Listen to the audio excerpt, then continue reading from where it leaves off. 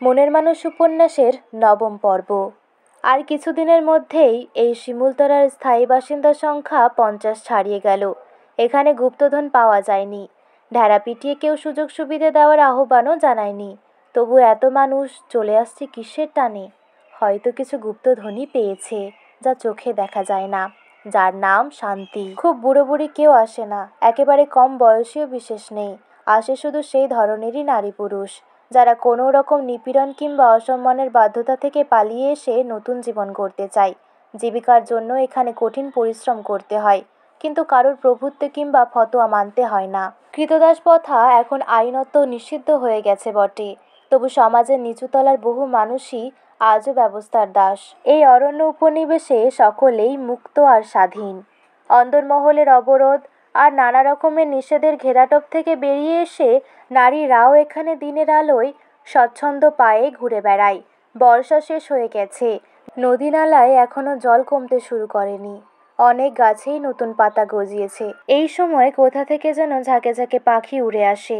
আকাশের মেঘে কালো রং মুছে গিয়ে দেখা যাচ্ছে সাদা সাদা ছোপ।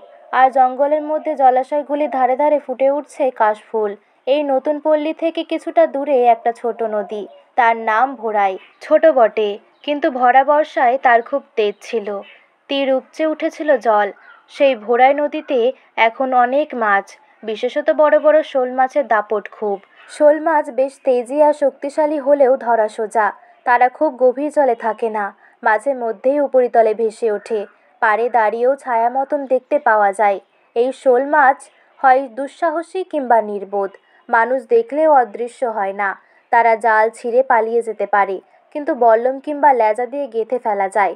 নতুন বসতির বাসিন্দারা অনেকেই এখন এই শোল মাছ মারাই মেতে উঠেছে। শোল মাছ ছাড়াও পোনা মাছও দেখা যাচ্ছে বেশ। এই সময় পোনা মাছ ডিম পাড়ে। ডিম ফুটে বাচ্চাগুলো ঝাঁক বেঁধে যায়। স্বচ্ছ জলে অনেক সময়ই সে ঝাঁক চোখে পড়ে। অত ছোট মাছ কেউ ধরে না, তবে ওদের মাকে আশেপাশে দেখা যাবে বলে মৎস্য শিকারীরা ওৎ পেতে থাকে। লালনও দুপুরবেলা আরো কয়েকজনকে সঙ্গে করে মাছ ধরছিল। দুদ্দুসাও ছুটতে ছুটতে এসে বলল, লালন ভাই, তোমারে একজন ডাকতে আসিছে, শিগগির আসো। লালন বিস্মিত হয়ে বলল, আমারে ডাকে? কেডা? দুদ্দু বলল, তা তো জানি না, একজন ভদ্রলোক, বাবুগো মতন, সঙ্গে একটা ছেলেও আছে। লালন ভুরু কুচকে রেখে আবার জিজ্ঞেস করল, কোনো ভদ্রলোক আমারে চেনবে কেমনে? আমার নাম ধইরা ডাকছে। দুদ্দু বলল, হ, পায়ে জুতা আছে, তাই দেখাই তো বুঝলাম। কোনো বাবু টাবু হবে?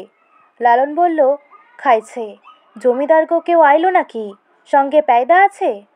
দুদ্দু বলল, না, পেয়দা নাই, শুধু 2 জন। লালন অনুমানও করতে পারল না বাবু শ্রেণীর কে আর খোঁজ নিতে আসবে এখানে। যাই হোক, গিয়ে তো দেখতেই হবে। একটা পোনা মাছ ধরেছে লালন, সেটা সে যুবের নামে একজনের হাতে দিয়ে বলল কমলিকে পৌঁছে দিতে। কালুয়া চলে যাবার পর লালন আর নিজের জন্য রান্না করে না, অন্য কারোর না কারোর ঘরে খায়। একটা ভাঁজ করা লুঙ্গি পরা, সর্বাঙ্গ জল কাদামাখা লালন শিমুল গাছতলায় এসে দেখল একটা শুকনো গাছের গুঁড়িতে বসে আছেন 2 জন বাবু। একজনের বয়স তেমন বেশি না হলেও মাথার চুলে একটু পাক ধরেছে, অন্যজন সদ্য কৈশোর উত্তীর্ণ। দুজনেই ধুতি ও পিরান পরা, পায়ে জুতো। লালন ও দুদ্দু সেলাম দিয়ে তাদের সামনে দাঁড়ালো। একটু বয়স্ক মানুষটি লালনের সর্বাঙ্গে 2 বার চোখ বুলিয়ে বললে, তুমিই লালন? তুমি আমাকে চেনো? লালন হাত জোড় করে কাছুমাছুভাবে বলল, আগে না হুজুর। লোকটি বলল, আমার নাম শ্রী হরিনাথ মজুমদার, আর এই আমার তরুণ বন্ধু মীর মোশাররফ হোসেন। তুমি আমাকে চেনো না? আমি বিখ্যাত মানুষ, কত সাহেব শুভ জমিদার, কলকাতা, ঢাকার মানুষও আমাকে চেনে, আর তুমি আমার নাম শোনোনি? লালন আবার একইভাবে বলল, না হুজুর। হরিদাস এবার হাহা করে হেসে বলল, আমি মোটেও কেউকেটা নয়, কীটস্য কীট। আমার ধনবল নাই, শিক্ষা গৌরব নাই, একখান ভদ্রস্থ ভদ্রাসনও নাই, তবু কিছু মানুষ এই নামটা জানে। কেন জানে? আমি গ্রাম বার্তা প্রকাশিকা নামে একখানা পত্রিকার এডিটর। তুমি সেই পত্রিকা পড়েছ কখনো? লালন বলল, হুজুর, ভাগ্য দোষেই আমার লেখাপড়ায় কিছুই হয় নাই, আমি পড়তে লিখতে জানি না, আমার মাপ করবেন। হরিদাস বলল, হুজুর হুজুর করছো কেন?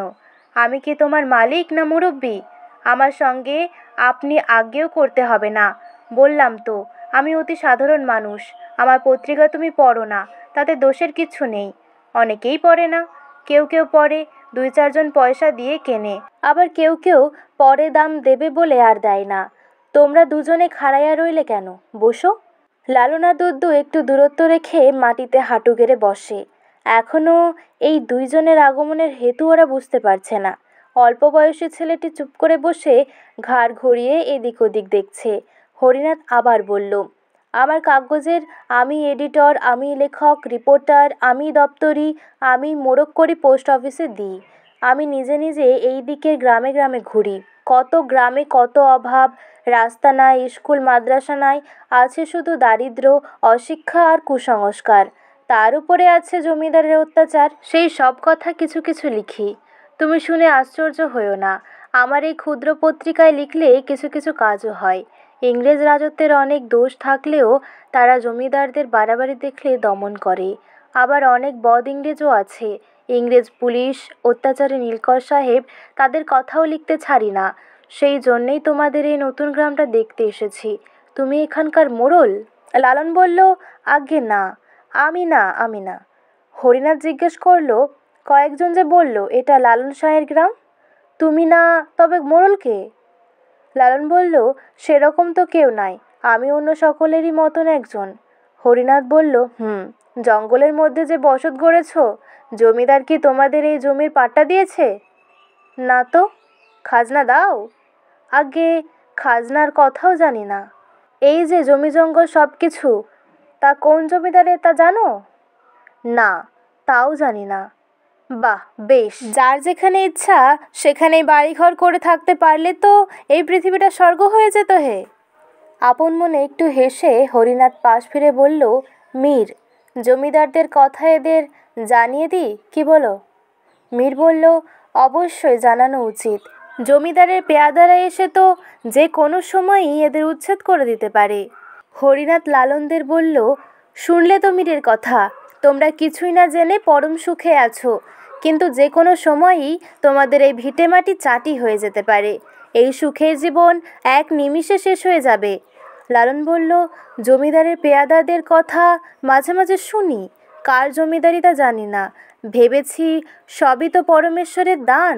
হরিনাথ বলল, পরমেশ্বর মাথায় থাকুন। এই ধরাধামে রাজা, জমিদার, ম্যাজিস্ট্রেট, পুলিশ এদের কাছে মাথা নত করে থাকতে হয়। মূল্য না দিলে কোনো কিছুর ওপরে অধিকার জন্মায় না। মীর বলল, এ তল্লাটে জমিদারি ইস্ট ইন্ডিয়া কোম্পানির কাছ থেকে ক্রয় করেছিল দ্বারকানাথ ঠাকুর। হরিনাথ জিজ্ঞেস করল, তুমি তার নাম শুনেছ নিশ্চয়ই? এবারেও লালন অপরাধীর মতন মুখ করে বলল, না, সেই সৌভাগ্য আমার হয় নাই। তার পুত্র দেবেন্দ্রনাথ ঠাকুরই বর্তমান জমিদার।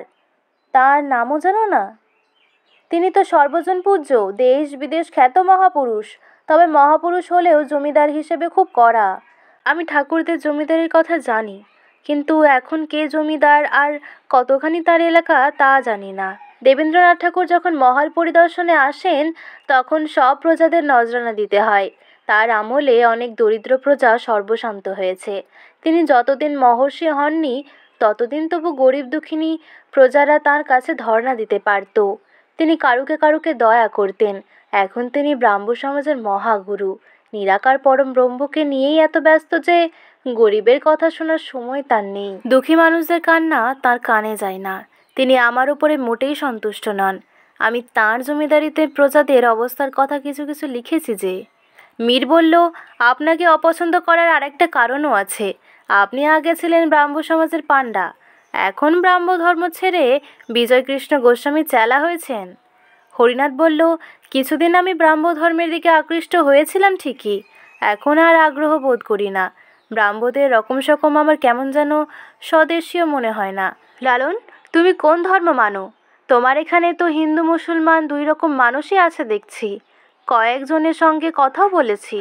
লালন বলল, এখানে যার যেমন খুশি ধর্ম মানে, এমনকি একজন মানুষ 2 রকম ধর্মও মানতে পারে। মানে তো দেখি। আর আমরা গান নিয়ে থাকি। হরিনাথ বলল, বাহ, সে তো খুব অপূর্ব।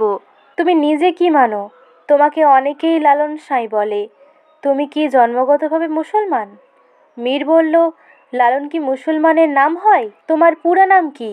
লালন বলল, পুরা নাম কিছুই নাই, আমি সামান্য মানুষ, ওইটুকু নামই যথেষ্ট।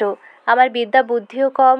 আল্লাহ কিংবা পরমেশ্বরের লীলার কথা মস্তকে ধারণ করার মতন শক্তি নাই। এখনও তো মানুষেরই ভালো করে চিনলাম না। মানুষ কত বিচিত্র, আমি তো নিজেরই এখনও জানি না। আমি কোথা থেকে এসেছি, কোন অরূপের ধাঁধায় ঘুরিতেছি, তাও তো বুঝি না।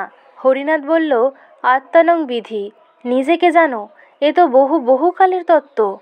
মীর বলল, সবার উপরে মানুষ সত্য, তাহার উপরে নাই।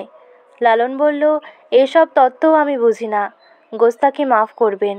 একটা কথা কব, আমি মুখ্য সূক্ষ্ম মানুষ, কথা দিয়ে অনেক কিছু বুঝাইতে পারি না।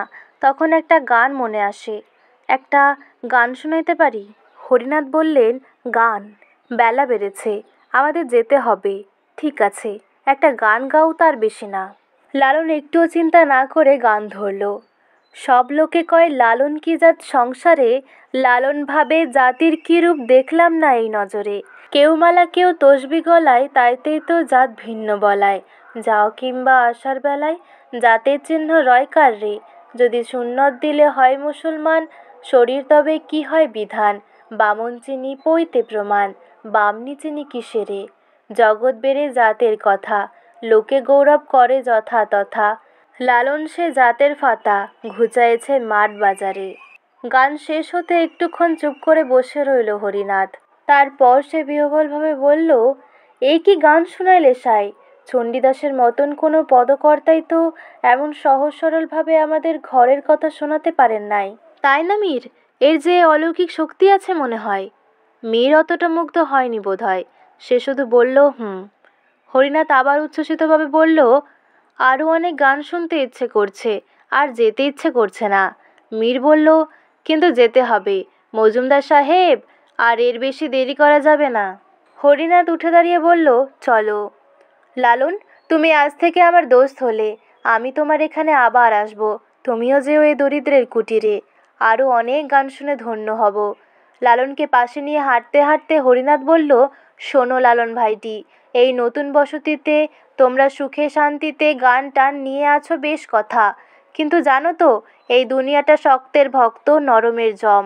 এরপর যখন রটে যাবে যে এই গ্রামের মানুষ শুধু নাচে আর গায়, কোনো অস্ত্র ধরতে পারে না, ন্যাড়া নেড়িদের মতন, তখন দেখবে নানা দিক থেকে চোরাগোপ্তা আক্রমণ শুরু হয়ে যাবে। তুমি হিংসা করবে না, কিন্তু হিংসাকে আটকাবার জন্য শক্তিরও দরকার। আর তুমি শুধু এই গ্রামে আবদ্ধ থেকো না, বাইরে বেরোও। সাঁই, তুমি এসো এই অধমের গরিবখানায়। হরিনাথের কথাগুলি মনে ধরেছে লালনের। সে গ্রামের সমর্থ পুরুষদের নিয়ে লাঠি খেলার চর্চা শুরু করে দিল। কাশেম যখন খোঁড়াতে খোঁড়াতে একপাশে এসে বসে থাকে, তখন লালনের বড় মায়া লাগে। কাশেমেরও নিশ্চয়ই ইচ্ছে হয় লাঠি ধরতে, কিন্তু উপায় নেই। কাশেম আর কমলি পরস্পরকে চেয়েছিল, মাঝখান থেকে জাত ধর্ম এসে সাংঘাতিক বাধা দিল। তাতে এই দুটি জীবন প্রায় নষ্ট হতে বসেছে। কিন্তু তাতে জাত ও ধর্মের কি লাভ হলো? মানুষকে কষ্ট দিয়ে ধর্ম? কে জানে। লাঠি খেলা ছাড়াও আরও একটা খেলা শেখালো শীতল নামে একজন নতুন আবাসিক, রন পায়ে লড়া। লম্বা লম্বা বাঁশের তৈরি রন পায়ে উঠে ভারসাম্য রাখা সহজ নয়। প্রথম প্রথম ধপাস ধপাস করে পড়ে যেতে হয়। বেশ কয়েকদিন ধরে শিখতে লাগে। লালন এতে বেশ উৎসাহ পেয়ে গেল এবং কিছুদিনের মধ্যেই সে শিখে গেল বেশ ভালোভাবে। এই রন পায়ে চেপে দ্রুত অনেক দূর যাতায়াত করা যায়, জল কাদার বাধাও অতিক্রম্য। এখন লালন ৫-৬ জন সঙ্গীকে নিয়ে রন পায়ে উঠে জঙ্গলের মধ্যে ভ্রমণ করতে যায় প্রায়ই। এমনকি জঙ্গলের বাইরে হাটে যাওয়ারও সুবিধে হয়, তবে হাটে ঢোকার আগে রনপাগুলি খুলে রেখে যায় জঙ্গলের মধ্যে। একসঙ্গে এত মানুষের বসতি হয়েছে বলে জঙ্গলের হিংস্র জানোয়াররা আর এদিকে বিশেষ আসে না, শেয়াল ছাড়া। শেয়াল মানুষের গ্রামের আশেপাশে ঘুরঘুর করে, নিজেরা ভালো করে শিকার করতে পারে না, তাই চুরি করাতেই তারা দক্ষ। ফাঁক পেলেই মুখে তুলে নিয়ে যায় হাঁস মুরগি। জঙ্গলের মধ্যে রন পায়ে ঘোরার সময় কয়েকবার বাঘরাশার ডাক শুনেছে আর ভাল্লুক দেখেছে লালনের দলবল। এমনকি কালীগঙ্গ নদীর ধারে একদিন একটা বাঘও দেখা গিয়েছিল। কিন্তু এত লম্বা লম্বা মানুষ দেখার অভিজ্ঞতা নেই সেই সব হিংস্র জানোয়ারদের। তারা ভয় পেয়ে ল্যাজ গুটিয়ে দৌড়ায়। বাঘও ঝাঁপ দিয়েছিল নদীর জলে। ওই কালীগঙ্গা নদীর ধারেই একদিন একটা মজার ব্যাপার হলো। শেষ পর্যন্ত অবশ্য ব্যাপারটা মজার রইল না। সেদিন বিকেল শেষ হতে না হতেই অন্ধকার হয়ে এলো আকাশ। অসময়ে মেঘ গুড়গুড় গর্জন শুরু করলো। লালন আর তার দলবল বেড়াতে বেড়াতে জঙ্গলের মধ্যে অনেকটা দূরে চলে গিয়েছিল। ফেরার পথ ধরার আগেই বৃষ্টি নামলো।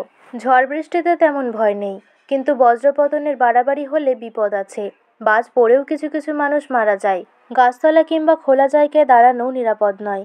তখন ওদের মনে পড়ল, নদীর ধারে একটা শ্মশানে একটা প্রাচীনকালের মন্দির আছে, আর তার সামনে একটা ছাউনিও আছে, সেখানে আশ্রয় নেওয়া যায়। সেই শ্মশানে এ সময় একটি শবযাত্রীর দল উপস্থিত। চিতা সাজানো হয়ে গেছে। বৃষ্টির জন্য আগুন ধরানো হয়নি। জনা পাঁচেক শবযাত্রী গুটিসুটি মেরে বসে আছে সেই ছাউনিতে। এমন সময় তারা দেখল, বৃষ্টি আর সন্ধ্যার আবছায়ার মধ্য দিয়ে বিরাট লম্বা লম্বা একদল ভূত ধেয়ে আসছে তাদের দিকে। অনেক গল্প উপকথায় ভূতেদের এরকম দীর্ঘ শরীরের বর্ণনা থাকে। ওরে বাবারে মারে বলে ভয়ার্ত চিৎকার করতে করতে সব যাত্রীরা দৌড়ে পালালো। পড়ে রইল তাদের মরা। কেউ জলে ঝাঁপ দিল, কেউ অদৃশ্য হয়ে গেল তীরবেগে ছুটে। এই কাণ্ড দেখে লালন ও তার সঙ্গীরা হো হো করে হাসতে লাগলো। সে হাস্যধ্বনি পলায়ন পর সব যাত্রীরা শুনে আরও মনে করলো ভৌতিক ব্যাপার। এমনকি ও মশাইরা যাবেন না, যাবেন না, ভয় নাই, ফেরা আসেন, এই আহ্বান শুনে আরও ভয় বেড়ে গেল তাদের। লালনদের হাসি আর থামে না। রন পা থেকে নেমে তারা বসলো সেই চালার নিচে। সেখানে অনেকগুলি সরে রাখা রয়েছে কলা ও অন্য কিছু ফল, আতপ চাল, জবা ফুল। এসব কিসের জন্য? ওরা কি কালী মন্দিরে পুজো দেওয়ার কথাও ভেবেছিল? কিন্তু এই পরিত্যক্ত মন্দিরে তো অনেকদিন পুজো হয় না, ঠাকুরের বিগ্রহও নেই। তাহলে এই সব যাত্রীরা আজ রাত্রে আর ফিরবে না, তা বোঝাই যায়। শীতল বলল, এই ফলমূলগুলো আমরাই খাই না কেন? এতে কারোরই কোনো আপত্তির কারণ নেই। ওরা খেতে শুরু করলো মহানন্দে। ক্ষণেক পরে শুনতে পেল গোঙানির শব্দ। এবার এদের ভয় পাবার পালা। মরাটা কি জেগে উঠল নাকি প্রেত হয়ে? শঙ্কিতভাবে তাকালো এর ওর মুখের দিকে। তবে ওপরতলার মানুষ অপ্রাকৃত ব্যাপারে যতটা ভয় পায়, নিচের তলার মানুষ ততটা ডরায় না। ভূত প্রেত নিয়েই তাদের বেঁচে থাকতে হয়। কেউই দৌড় মারল না। লালন, শীতল আর মোয়াজ্জেম একসঙ্গে উঠে এসে মৃতদেহের ওপর ঢাকা দেওয়া চাদরটা সরিয়ে দিল একটানে। তারপরই তারা তাজ্জব। দেহ একটা নয়, দুটো, একসঙ্গে আষ্টেপৃষ্ঠে দড়ি দিয়ে বাঁধা। তলারটি একজন পুরুষের, পাকা চুলদারি সমেত বৃদ্ধ, আর ওপরেরটি এক তরুণী নারীর। গোঙানি আসছে ওই নারীর কণ্ঠ থেকেই। বেশ কয়েক মুহূর্ত এরা হতবাক হয়ে বসে রইল। ব্যাপারটা বুঝতে অসুবিধা হলো না মোটেই।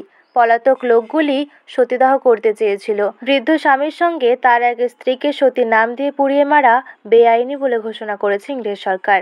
কিন্তু গ্রামগঞ্জে সে ব্যাপার এখনও গোপনে ঘটে। বিধবা যাতে গলগ্রহ হয়ে না থাকে কিংবা তাকে সম্পত্তি দিতে না হয়, তার জন্য পুড়িয়ে আপদ চুকিয়ে দেওয়াই সুবিধেজনক। লালন ও অন্য 2-4 জন চটপট বাঁধন খুলে দিল। বৃদ্ধটি সন্দেহাতীতভাবে মৃত, আর রমণীটির নারী বেশ সচল। তার চেতনা নেই পুরোপুরি। সাধারণত এইরকম অবস্থায় নারীদের আফিং খাইয়ে রাখা হয়, যাতে চিৎকার টিৎকার না করতে পারে। আর সেই জন্যই পুজোর আয়োজন।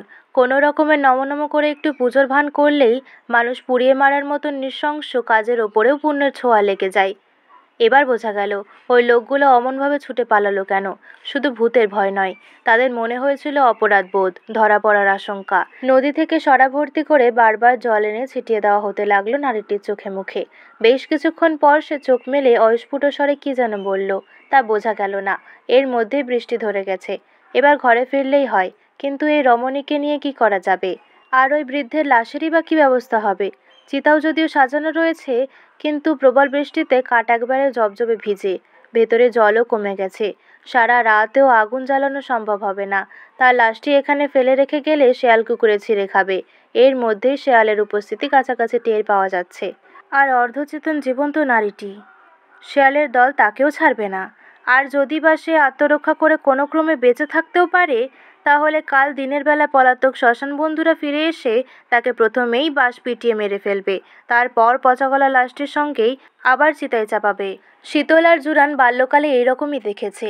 সতী হবার জন্য কোনো নারীকে একবার শ্মশানে নিয়ে এলে আর ফিরিয়ে নিয়ে যাবার প্রথা নেই। চিতার আগুন গায়ে লাগার পর কেউ যদি সহ্য করতে না পারে, যদি লাফিয়ে নেমে আসতে চায়, তখন তাকে 3-4 জনে মিলে বাঁশ দিয়ে পিটিয়ে পিটিয়ে আগুনের মধ্যে চেপে ধরে থাকে। আর 2-1 জন খুব করে কাঁসর ঘণ্টা বাজায়, যাতে তার কান্না ও আর্তনাদ শুনতে না পাওয়া যায়। অর্থাৎ মৃত্যু এর অবধারিত। শীতল, মনসুর, জুরানদের সঙ্গে বেশ কিছুক্ষণ এই বিষয়ে আলোচনা করল লালন। সহজে একমত হওয়া যাচ্ছে না। মৃতদেহটিকে না হয় নদীর জলে ভাসিয়ে দেওয়া যেতে পারে, কিন্তু রমণীটিকে কি সঙ্গে নিয়ে যাওয়া হবে? সে যদি নিজের গ্রামে ফিরে যেতে চায়?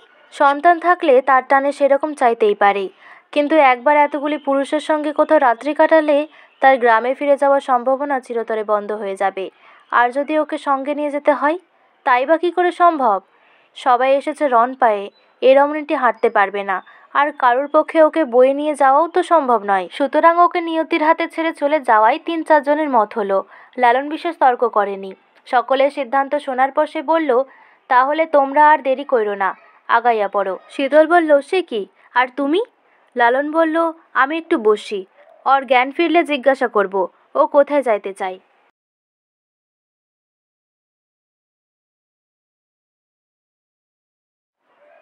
মনসুর বলল, সে কি, তুমি একা একা এখানে বইয়া থাকবা? লালন বলল, বসি। রমণীটি উঠে বসে বিড়বিড় করে কিছু বলতে লাগলো। তারপর কিছুটা স্পষ্টভাবে বোঝা গেল, এইটা কোথায়, আমি কি স্বর্গে আছি? দুজন হেসে উঠতে তাদের ধমক দিল মনসুর। রমণীটি আবার উতলা হয়ে বলল, কও না, এইটা কি স্বর্গ? মনসুর তাকে বলল, না দিদি, এইটা স্বর্গ না, এইটা শ্মশান। ঠিক যেন বুঝতে না পেরে রমণীটি জিজ্ঞেস করলো, তয় কি এটা নরক? আমারে নরকে পাঠাইছে? এবার লালন বলল, না, এটা স্বর্গ না, এটা নরকও না, তুমি মরো নাই। নারীটি দুহাতে নিজের বুক চাপড়াতে চাপড়াতে বলতে লাগলো, মরি নাই, কেন মরি নাই, আমি কোথায়, তোমরা কারা? তাকে বোঝাতে অনেকটা সময় লাগলো। সে এমনই উতলা হয়ে উঠেছে যে কোনো কথাই শুনতে চায় না। এর মধ্যে ওরা মৃতদেহটিকে ভাসিয়ে দিল জলে। তারপর লালন ও মনসুর নারীটির 2 হাত ধরে তুলে হাঁটিয়ে নিয়ে চলল। তাতে অবশ্য সে আপত্তি করল না, কিন্তু আপন মনে অনেক কথা বলে যেতে লাগলো। ওরা দুজন ওদের রণপা ফেলে রেখে গেল। পথ বলতে সেরকম কিছু নেই, চতুর্দিকে থিকথিকে কাদা, তার মধ্যে একজন প্রায় অর্ধচেতন নারীকে ধরে ধরে নিয়ে যাওয়া খুবই কষ্টকর। শিমুলতলায় পৌঁছতে অনেক রাত হয়ে গেল। এই দুর্যোগের মধ্যে লালনরা কয়েকজন ফেরেনি বলে অনেকেই উদ্বিগ্ন হয়ে জেগে বসেছিল। দলটিকে ফিরতে দেখে সবাই হৈ হৈ করে উঠল। লালন কমলিকে ডেকে বলল, এই একজন নতুন অতিথি আইছে, ওর এখন মাথা ঠিক নাই, দেখো যদি একটু শান্ত করতে পারোস, দুধ গা ভাত খাওয়াইতে পারলেও ভালো হয়। একটা আগুন জ্বালা, সে আগুন ঘিরে বসে আছে অনেক নারী পুরুষ। এখানে এসে পৌঁছে রমণীটির কি মনে হলো কে জানে। সে অবশ্য পাখির মতন আর্ত গলায় চেঁচিয়ে উঠল, আমি মরি নাই, কেন মরি নাই, মারো, আমারে মারো, মাইরা ফেলো। কমলি তাকে জড়িয়ে ধরে বলল, দূর বোকা, মরবি কেন, এখানে কেউ তরে মারবে না। সে তবু বলতে লাগলো, না আমি মরবো, আমার আর কিছুই নাই, আমারে মাইরা ফেলো তোমরা। কমলি বলল, অনেক ভাগ্যেই মানুষ হয়ে জন্মাইছিস, মরবি কেন, আরও যতদিন বাঁচবি ততদিন কত কি দেখবি, কত লীলা। একজন বলল, কমলি, ওরে একটা শুকনা শাড়ি পরাই দে, আমাগো খুব ভুক লাগেছে, সবাই মিলা খাবো এখন। কমলি প্রায় জোর করে টানতে টানতে মেয়েটিকে নিয়ে গেল নিজের ঘরের দিকে। মনসুর সবাইকে শোনাতে লাগলো আজকের সন্ধ্যার অভিযানের কাহিনী। দুদ্দু একটা শুকনো গামছা এনে লালনকে বলল, ওস্তাদ, মাথাটা ভালো করে মুছে নাও, তারপর একটা বিড়ি ধরাও। গাছের গুঁড়িটায় বসে লালন বিড়ি টানতে টানতে চেয়ে রইল দূরের অন্ধকারের দিকে। এত ঝড় বৃষ্টির পরেও আকাশ মেঘলা, তারই ফাঁকে ফাঁকে একটু একটু দেখা যাচ্ছে চাঁদ। তার মাথার মধ্যে একটা কথাই ঘুরতে লাগলো, বেঁচে ওঠার পরেও ওই স্ত্রীলোকটি মরতে চায় কেন? হয়তো ওর জীবন এমনই দুঃখে ভরা, বেঁচে থাকতে এক বিন্দু সুখ কখনো পায়নি। কিন্তু মৃত্যু কি শান্তি দিতে পারে? বেঁচে থাকা দুঃখ কষ্ট ছাড়িয়েও কি মাধুর্যের সন্ধান পাওয়া যায়? হঠাৎ লালনের বুকে যেন একটা বড় ঢেউয়ের ঝাপটা লাগলো। সে আপন মনে গেয়ে উঠল, এমন মানব জনম আর কি হবে, মন যা করো তরাই করো এই ভবে। দুদ্দু বলল, কি গাও ওস্তাদ, জোরে গাও, আমরা সবাই শুনি।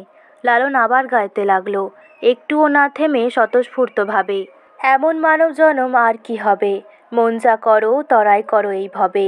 অনন্ত রূপ সৃষ্টি করলেন সাঁই, শুনি মানবের উত্তম কিছু নাই। দেখো দেবতাগণ, করো আরাধনা, জন্ম নিতে মানবে। শীতল বলল, ঠিকই কইছ সাঁই, দেবতারাও মানুষ হইয়া জন্মায় কিসের টানে। লালন বলল, আমি কিছু কই নাই, ওই যে কমলি কইল, অনেক ভাগ্যই মানুষ হইয়া জন্মাইছিস, তাইতেই আমার মনে আসলো, কত ভাগ্যের ফলে না জানি মন রে পেয়েছে এই মানব তরণী।